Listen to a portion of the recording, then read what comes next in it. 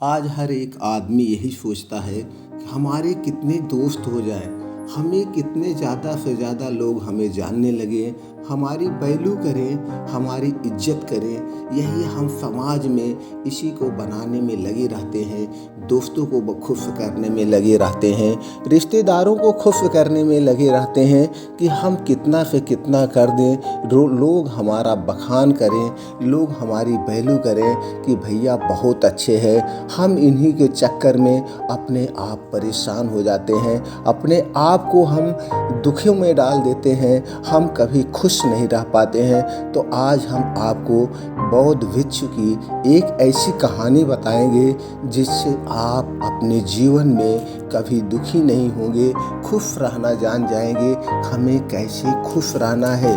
आज हम इसी से रिलेटिव एक समय की बात है। एक राज्य का एक राजा था।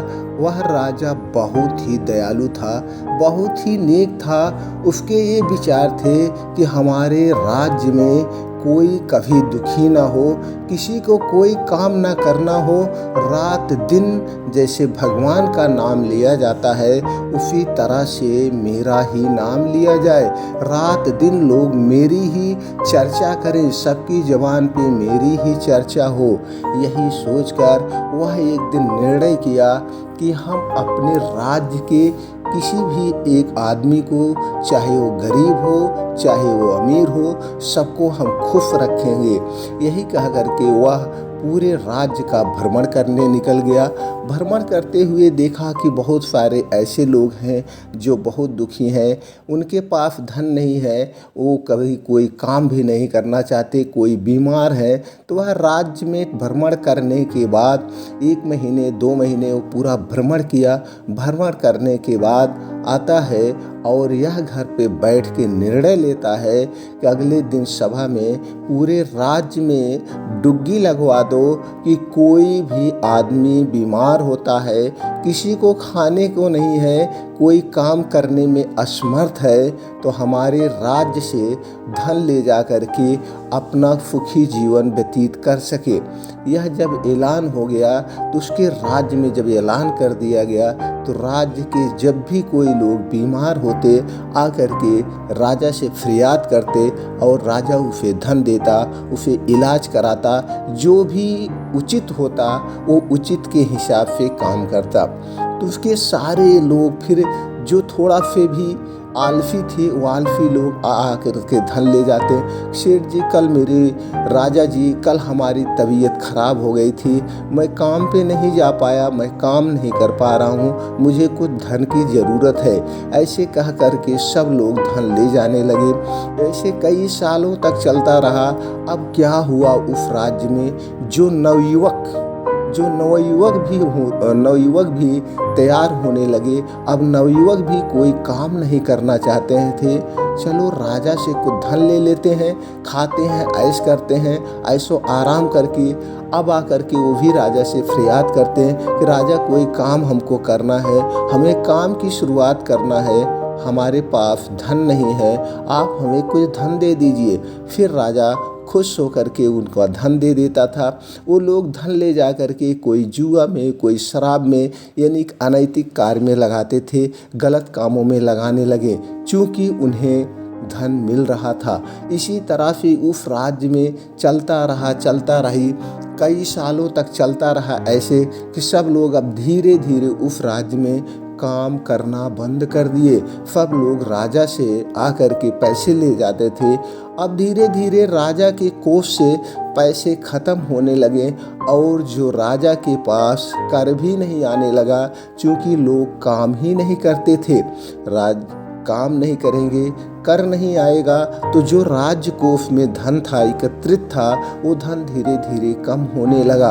अब ये सोच करके अब राजा सोच रहा है क्या किया जाए। यह इसी में लगा रहा था, लेकिन इसको वाहवाही लूटना था, सबको देता था। सब लोग अब और भी काम नहीं करते, सब अपने घरों में रहते, आकर के राजा के जो है क्या करते, गुणगान गाते और राजा दे देते।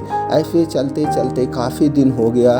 अब इधर राजा का लड़का बड़ा हो गया। यह गुरुकुल से शिक्षा लेकर के घर आया। घर आने के बाद देखता है कि हमारे राज्य में रोज सब धन ले जा रहे हैं और कुछ काम नहीं कर रहे हैं। यहाँ पे नवयुवक लोग भी आ रहे हैं और धन लेके जा रहे हैं। यही सोचकर वह एक दिन अपने राज्य में अपने सैनिकों के साथ भ्रमण में निकलता है।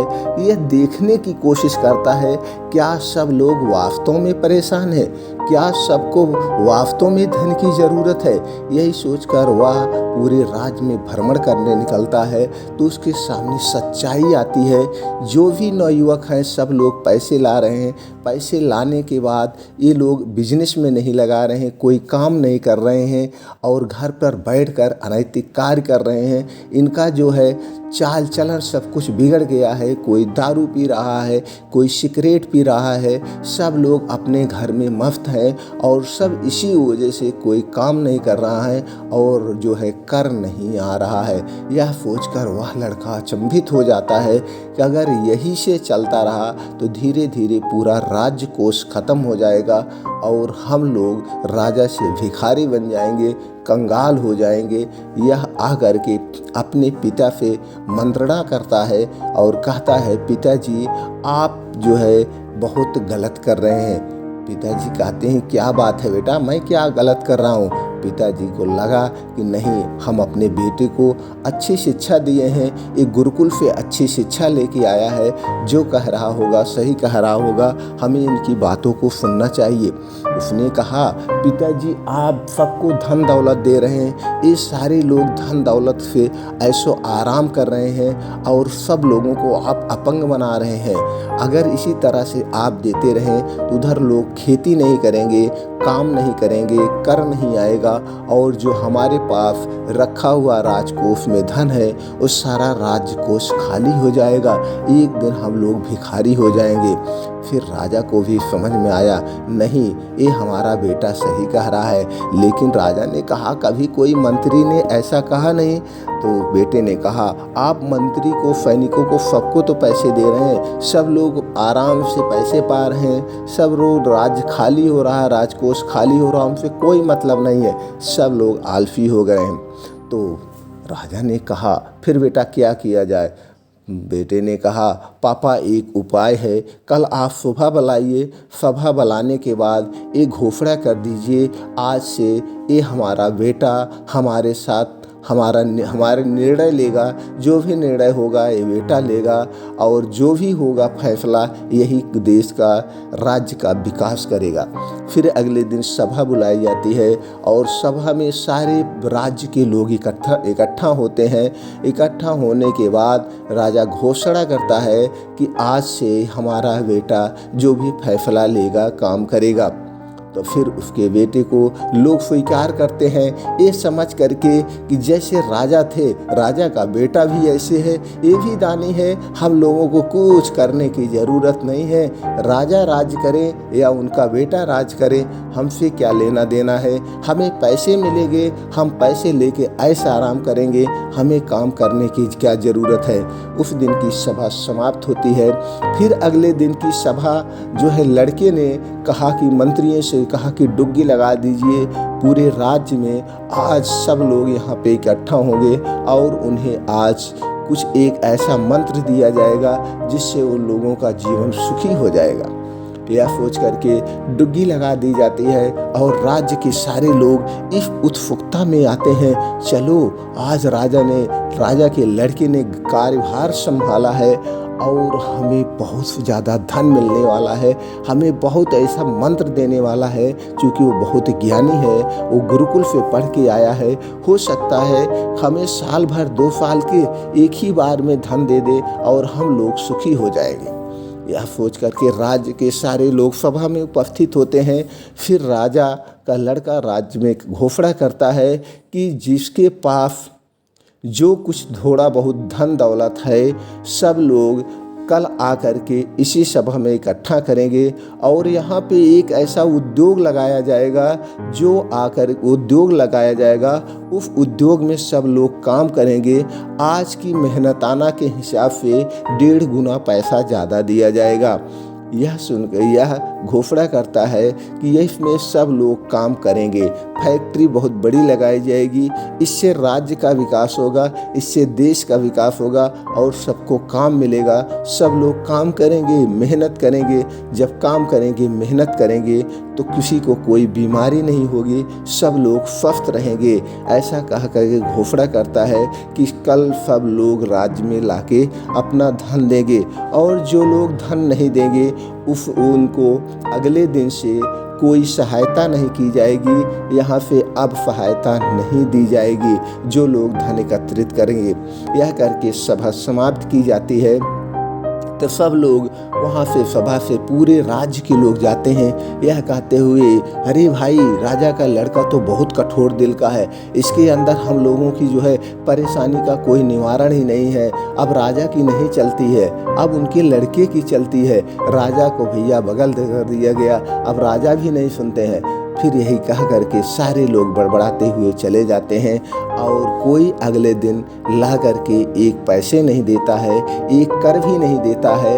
सब लोग उदास। फिर अगले दिन कुछ दिन के बाद ऐसे कार्यक्रम चलता रहा। कुछ दिन के बाद अब राजा के मन में हुआ, हमारी प्रजा बहुत दुखी है, यही सोच रहे थे और निकलते हैं देखने के लिए। तो सब लोग इनसे मुंह मोड़ लेते हैं। जब ये राज्य में टहलने निकलते हैं राजा, तो सब लोग इनसे मुंह मोड़ लेते हैं। जहाँ पे लोग इनको खूब वैल्यू करते थे, लोग इनको बहुत सम्मान देते थे, आज इनसे मुंह मोड़ ले रहे हैं। कहें इसलिए मुंह मोड़ रहे हैं, कहीं राजा हमसे पैसा मांगने तो नहीं आया है, कहीं राजा फैक्ट्री लगाने के लिए हमारे पास पैसे लेने तो नहीं आया, कोई इनसे बात ठीक से नहीं कर रहा है। यह सोचकर राजा घर पे आते हैं और बहुत परेशान हो जाते हैं। परेशान होने के बाद अब लड़का भी सोचता है अब क्या करें, हमारे पिताजी रात दिन यही सोच रहे हैं कि इन्होंने बहुत बड़ी गलती किया। अब फिर जो है अगले दिन उनका लड़का की ऐलान करवाता है, जो भी हमारे जो है पिताजी का इलाज करेगा, इनको सही उपचार देगा, उसे जो है बहुत ज़्यादा धन दौलत दी जाएगी। यह सोच करके घोषणा तो राज्य के सारे वैद्य जुड़ते हैं, दूर दूर से भी वैद्य आते हैं, लेकिन किसी के पास इसका कोई उपचार ही नहीं था। अब कोई उपचार ही ठीक नहीं हो रहे थे। राजा इसी सोच में थे कि कैसे हमारे राज्य के लोग मेरे साथ कैसे कर सकते हैं, क्या मैं इनके लिए जब धन दे रहा था तभी मैं फ्री था, आज मैं धन नहीं दे रहा हूँ तो इनका दिल में मैं नहीं हूँ, मेरी कोई वैल्यू नहीं है, क्या सब कुछ पैसा ही है। यही सोच कर रातों दिन राजा परेशान हो रहे थे। तब जो है कुछ समझ में नहीं आ रहा था। इसी समय इनके राज में एक बौद्ध भिक्षु आया था भिक्षा लेने। तो राजा के लड़के ने सोचा क्यों ना हम बौद्ध भिक्षु से कुछ उपाय पूछें। वह बौद्ध भिक्षु को अपने राज्य में बुलाता है, अपने महल में बुलाता है और कहता है कि बौद्ध भिक्षु, हमारे पिताजी बहुत परेशान हैं और इनको आप कोई ऐसा उपचार बताइए जिससे ठीक हो जाए। बौद्ध भिक्षु जो है राजा के लड़की की बात सुनता है, फिर राजा से मिलने जाता है। राजा को देख करके मुस्कुराता है, कहता है राजा को तो कुछ हुआ ही नहीं, राजा साहब तो एकदम ठीक है, राजा साहब बहुत दिली आदमी है। राजा का लड़का और राजा मुस्कुराते हुए बौद्ध भिक्षु से कहते हैं हमारे पिताजी बहुत परेशान हैं, बहुत इन्हें आघात लगा है। तो बौद्ध भिक्षु कहता है आप हमें सारी घटना बताइए। फिर सारी जैसे जैसे घटना हुई लड़के ने सारी घटना बताई। फिर बौद्ध भिक्षु कहता है ये दुनिया का खेल है, आप दुनिया को अपंग बना रहे थे, जब तक आप दुनिया को जो है लगे रहोगे उन्हें पैसे दोगे, दुनिया स्वार्थी है। आज के ज़माने में अगर आप पैसे दे रहे हो तो सब आपके साथ है, अगर आपके ऊपर दुख आता है तो दुख के समय कोई खड़ा नहीं होता है, कोई अपना नहीं होता है, कोई मित्र साथ नहीं होता है, कोई रिश्तेदार भी साथ नहीं होगा। ये दुनिया का खेल है, ये प्रकृति का खेल है। सब कुछ करने के बाद भी फिर राजा कहते हैं यही हुआ मेरे साथ, मैं क्या करूं, रोज मेरा नाम लेते थे, लोग मुझे गुणगान कहते थे। राजा ने कहा ठीक है, आज से भी तुम्हारी वैल्यू होगी, अपने आप सीखो, अपने आप को आगे बढ़ो। इसके लिए तुम्हें कुछ करना होगा। आज हमें कुछ आपको ऐसे उपाय बताता हूँ, इस उपाय को करके आप ठीक हो सकते हो, आप एकदम आराम स्वस्थ हो सकते हो। फिर वो राजा कहता है, मैं इसको क्या करना है, आप कृपया गुरुदेव हमें कोई ऐसा उपचार बताएं जिससे हम ठीक हो जाएं और हमारी प्रजा भी ठीक हो जाए। यह सोच करके गुरुजी ने कहा, अब प्रजा की चिंता मत करो, प्रजा की चिंता अब तुम्हारा लड़का राज्यभार देखेगा। आप जो सोच रहे हो तुम्हारी वैल्यू नहीं है, अब उन लोगों को आलसी आ गया था, आलस आ गया। धीरे धीरे जब वो काम करेंगे, काम करने के बाद वो स्वस्थ रहेंगे, तब उनको अपनी मेहनत के फल मिलेगा, तब उनको समझ में आएगा नहीं आप सही थे, तब आप वैल्यू बढ़ जाएगी। लेकिन अभी आप अपने आप को खुश रहना सीखो, अपने आप को स्वस्थ बनाओ। जब आप स्वस्थ रहोगे, आप खुश रहोगे, तो दुनिया अपने आप आपको सलाम करेगी। तुम्हें अपने ऊपर काम करना होगा, तुम्हें अपने आप को स्वस्थ रखना होगा। तो राजा कहता है, बौद्ध भिक्षु कृपया हमें बताएं हम क्या करें। तो उन्होंने कहा, पहले आपको किसी पहाड़ी पे जाइए, आप वहाँ पे एकांत में रह करके एकांत में प्रकृति के साथ रहना सीखो, प्रकृति की आवाज़ों को सुनो, प्रकृति में देखो, घुल मिल जाओ, देखो कैसे होता है। आपको कुछ एक्सरसाइज करना है, कुछ व्यायाम करना है आपको। तो राजा कहते हैं, ठीक है बौद्ध भिक्षु जी, और आप हमें बताइए। तो कहते हैं, तुम्हें एकांत में रहने से बहुत फायदे मिलेंगे।